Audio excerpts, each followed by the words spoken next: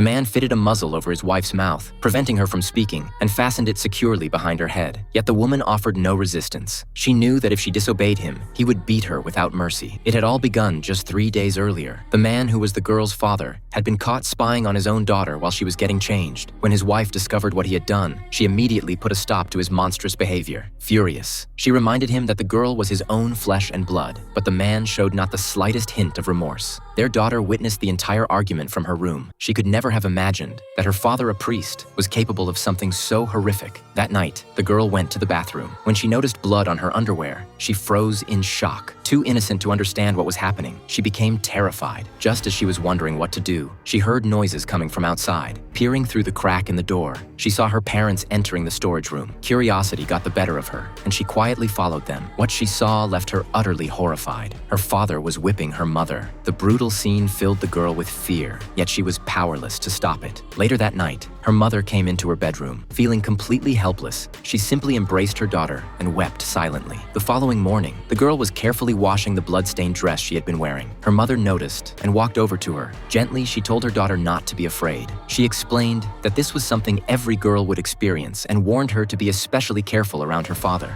But every word of their conversation was overheard by the beast of a man. Consumed by rage, he forced the muzzle onto his wife once again, silencing her completely. With that cruel act, he trampled all over her dignity. The next day, mother and daughter went to church to receive God's blessing. The girl looked at her frail mother standing beside her. Why do you let him do this?